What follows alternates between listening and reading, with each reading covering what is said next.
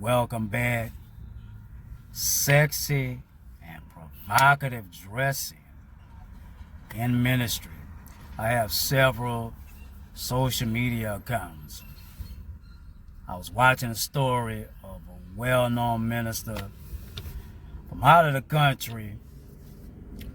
Her story was in the form of vlogging. It was two parts.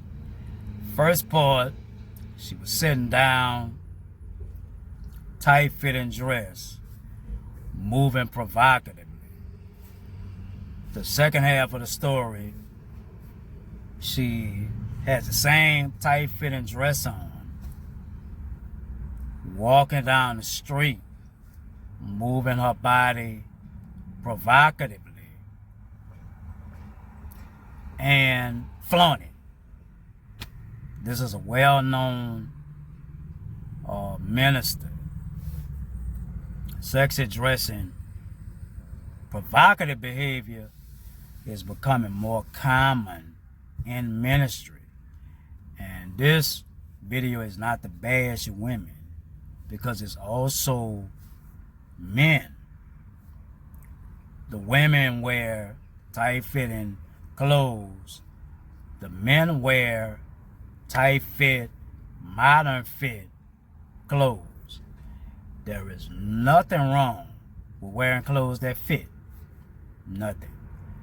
But when it calls sexual attention to you and unwanted sexual attention to you, that can become a problem. The word sexy, simple terms, simple definition, can mean come have sex with me, right? Come have sex with me. You're calling unwanted sexual attention to yourself or even myself. And do you know that most of the ministers who wear the sexy clothing and have the provocative behavior call themselves deliverance ministers? And the truth of the matter is, they need deliverance. And that's from ADD. Being or dressing sexy is calling unwanted sexual attention to yourself. It's arousing the sexual desire, right? It can even cause people to fantasize. The sexy dressing, the provocative behavior can cause someone, in churchy terminology, to stumble, or it can be a stumbling block or an offense. The Lord's ministers should be the examples of how to dress appropriately, properly, and modestly.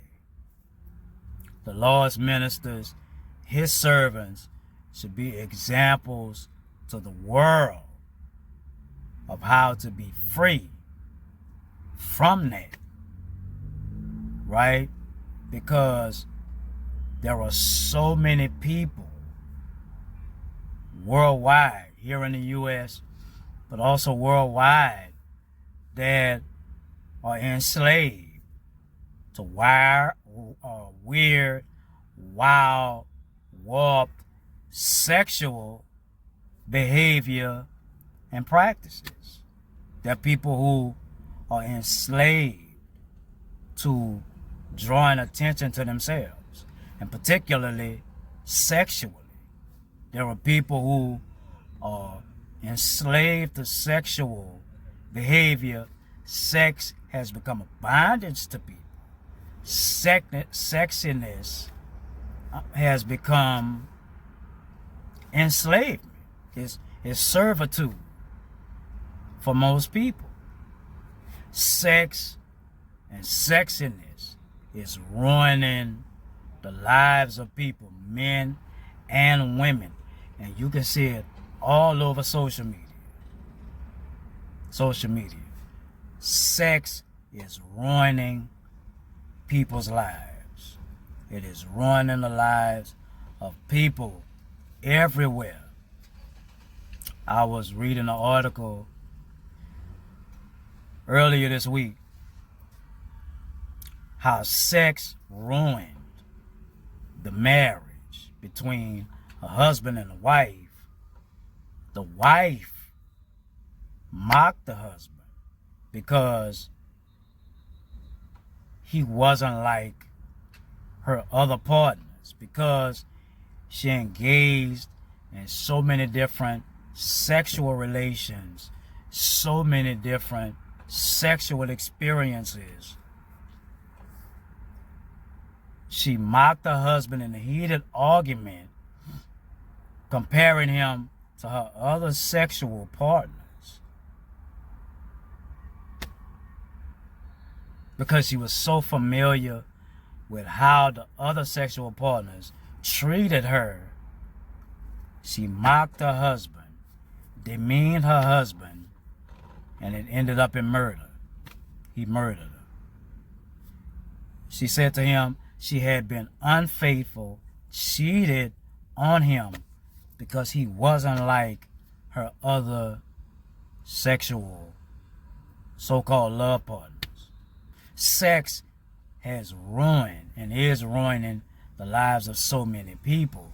And the Lord's ministers, his servants, his preachers, his prophets, those who are chosen by him, should be vessels and instruments to show people how to be free from, pardon me, nosy people, free from the enslavement of weird, wild sexual behavior and all kind of wild, weird, warped sexual practices. The Lord's ministers should be the examples of that. Should be. Because there are people who need to be free from it, because it's ruining so many lives.